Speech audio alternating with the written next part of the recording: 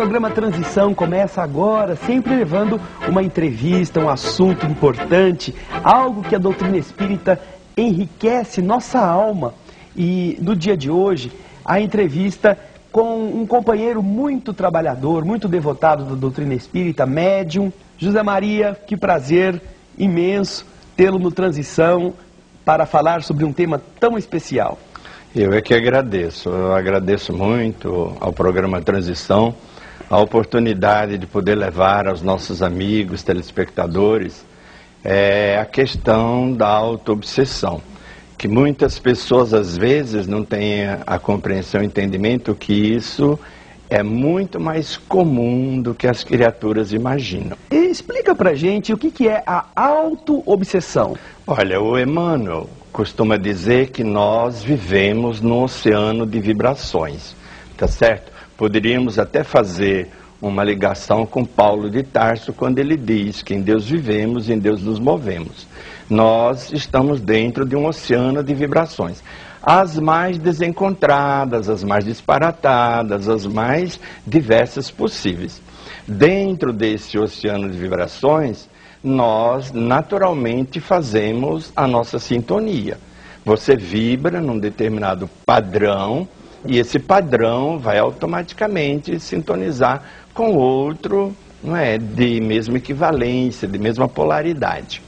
Então a autoobsessão, ela tem naturalmente essa premissa, não é? São as suas sintonias, as suas ligações que vão naturalmente, não é, terminar desaguando num processo de autoobsessão.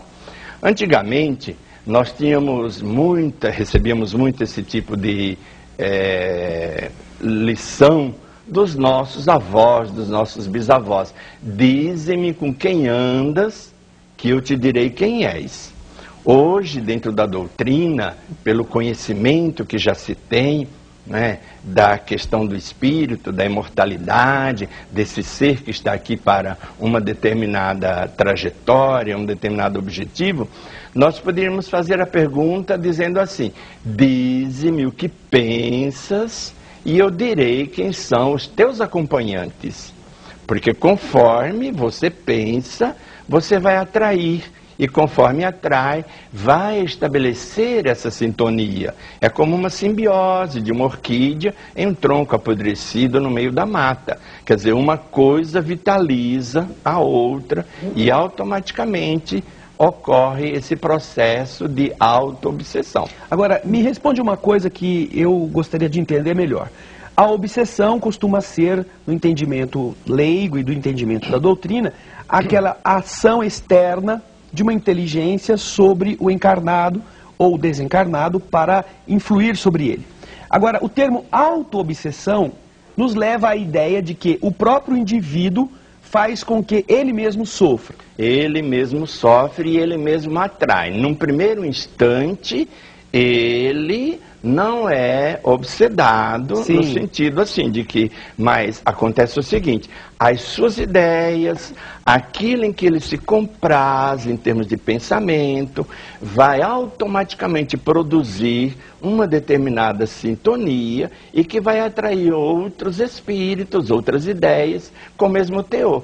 E vai certamente exacerbar dentro dele essas características desse pensamento. Então, para ficar claro, ele começa a pensar em uma coisa que é dele, é um defeito dele, um gosto dele, uma auto-obsessão que acaba desaguando em uma obsessão, porque atrai gente que gosta da mesma coisa. Exatamente. A pessoa, por exemplo, que ela tem sempre uma ideia negativa da vida. Lógico que poderíamos até estabelecer isso dizendo que essa ideia negativa da vida pode ter sido incutida pelos credos religiosos, que diz que você veio aqui para sofrer neste vale de lágrimas, para pagar os seus pecados e toda aquela coisa que todos já sabem disso, né? Culturalmente nós já aprendemos isso. Então você, com 2 milênios de cultura, te mostrando isso, você chegou a uma determinada colocação na tua vida que você diz, mas eu não sirvo para nada. Eu sou ruim. Eu não presto, eu sou apenas um pecador, eu sou uma droga, eu sou um zero à esquerda. E por aí vai, como o pessoal costuma falar. Tá certo? Então, essa criatura, ela se autodesvaloriza, ela não tem uma autoimagem positiva de si mesma. Sim. Ela tem uma imagem altamente negativa. E por decorrência dessa autoimagem negativa, ela certamente vai atrair outras que tenham isso. Então, num primeiro momento, é uma dificuldade da criatura, do indivíduo, do espírito eterno que habita aquele corpo. Num segundo momento, ele vai receber assessoria. Por quê? Porque vai ser acessado por outras mentes que tenham pensamentos de igual teor. Agora, José, de onde vem essa autodepreciação? Quais são as causas que levam uma pessoa a entrar nessa faixa? Olha, culturalmente, como dissemos, a ideia religiosa, por exemplo, de que você estava de posse do paraíso e de repente você pecou, você fez um erro e por decorrência disso você foi expulso. E você foi expulso para a terra e a terra é este vale de lágrimas onde você vai expungir, onde você vai expurgar, não é, as suas dores, as suas dívidas. Isso vai culturalmente te levar a um determinado momento. Independente disso, o fato da sua educação, a dificuldade do seu aprendizado, e você já vai achar que você não serve para nada. Eu sou burro a própria mesmo, família, né? Mas você até hoje não deu nada, não serve para nada. Então, esse tipo de conduta, de certa maneira, vai fazer com que a pessoa termine acreditando. Como as pessoas costumam dizer, uma mentira repetida muitas vezes, num determinado instante da história, ela vai adquirir um foro de verdade. Isso pode ser fruto da própria convivência familiar, quando os pais ou alguém da família fica dizendo para a criança, mas você é burro mesmo, você não aprende, você é difícil. Não é? Isso reforça. Isso alimenta, isso reforça a essa ideia. Tendência. E para você tirar isso, é necessário que haja uma conscientização das suas potencialidades. Por exemplo, se nós pegarmos a Gênese, nós vamos entender que num determinado instante, a Gênese diz assim, nós viemos do pó e ao pó iremos retornar. Ora, você tem um conceito aí muito claro, muito bem estabelecido. Viemos do pó e ao pó vamos voltar, ou seja, não somos absolutamente nada. Agora você compare essa conceituação com aquilo que é a doutrina. O que são os espíritos? São os seres inteligentes da criação. Ora, se os espíritos são os seres inteligentes da criação, já está acontecendo uma valorização da individualidade, independente do fato dele ter ou não, naquele instante, o valor que ele se acha capaz de ter. Então, você tendo consciência, e a doutrina espírita nos permite isso, dessa conscientização do seu potencial, conscientização de si mesmo, você é capaz de remover montanhas, como diz o Evangelho de Jesus. Né? Agora, quais sinais, José, a gente pode observar e que demonstram esse processo de auto-obsessão? Quando a pessoa tem, por exemplo, de si a ideia de que ninguém reconhece o seu valor. Né? Eu faço tudo dentro de casa, mas eu não agrado meus filhos. Eu experimento todo tipo de comida, mas eles não gostam da comida que eu faço. Essa ideia de que as pessoas estão te depreciando.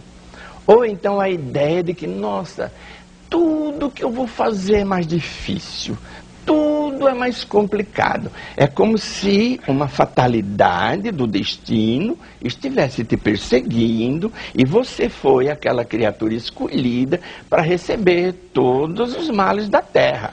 Então, essa mania de que nada seu é valorizado, de que tudo seu é mais complicado, tudo seu é mais difícil, de que as pessoas não reconhecem efetivamente o quanto você é bom, generoso, nobre, etc, etc. Tal. Então, essa ideia é assim, você termina promovendo em si essa questão da auto-obsessão. A mania de perseguição, a mania de que os outros estão falando mal de você. Olha, estão rindo de mim, não estão rindo para mim. Então você ser o centro de determinadas coisas de maneira altamente pejorativa.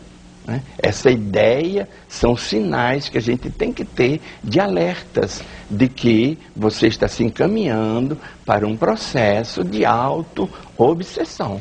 O fenômeno da auto-obsessão tem alguma coisa a ver também com a predominância do egoísmo na alma da pessoa? Olha, o fenômeno da auto-obsessão, nós poderíamos dizer que isso daí vem já, de certa maneira, com o indivíduo de outras existências. Sim. Por quê? De um modo geral, a doutrina espírita nos ensina isso. As matrizes de nossas enfermidades atuais realmente são decorrentes daquilo que o espírito experimentou, daquilo que ele vivenciou em outras jornadas.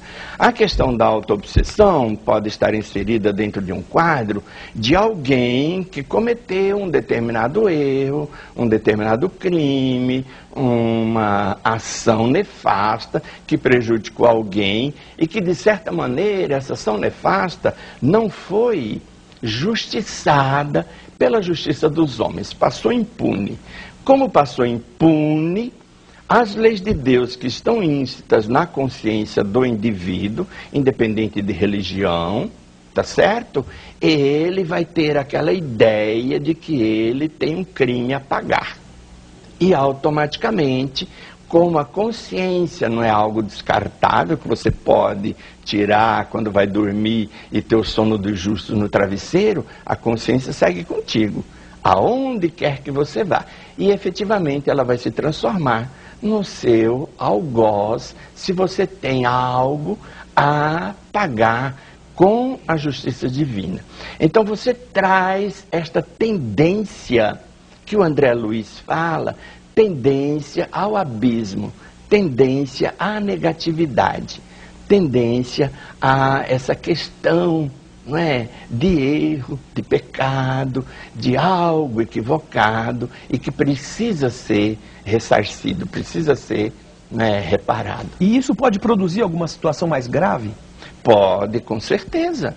As auto-obsessões, elas podem desaguar em tormentos dos chamados transtornos de várias etiologia, né? Ela, efetivamente, quando você faz esse quadro autodepreciativo, você muito provavelmente tem uma porta aberta para a questão da própria depressão. Aí você vai criar um transtorno depressivo, tá? Se não, pode ter um outro transtorno de perseguição, maníaco-persecutória. Você vai ter alguma circunstância em que o teu emocional desorganizado, desestabilizado, vai objetivamente resultar numa enfermidade física, objetiva mesmo. E aí você vai entrar naquele quadro. Antigamente era tratado como melancolia, tristeza, mas que hoje a psicologia, a psiquiatria dão outras denominações. Tá certo? Agora, eu vou deixar para você uma pergunta para que a gente possa ir para o intervalo e na volta quero que você nos explique como fazer para a gente se libertar da auto-obsessão. É o mesmo processo que a gente deve seguir para o caso da obsessão, porque a obsessão está envolvendo uma outra inteligência e a auto-obsessão está envolvendo só a nós mesmos. Vamos pensar sobre isso. Você daqui a pouquinho vai tratar deste tema, como libertarmos-nos da auto-obsessão. Fique aí, daqui a pouco nós voltamos.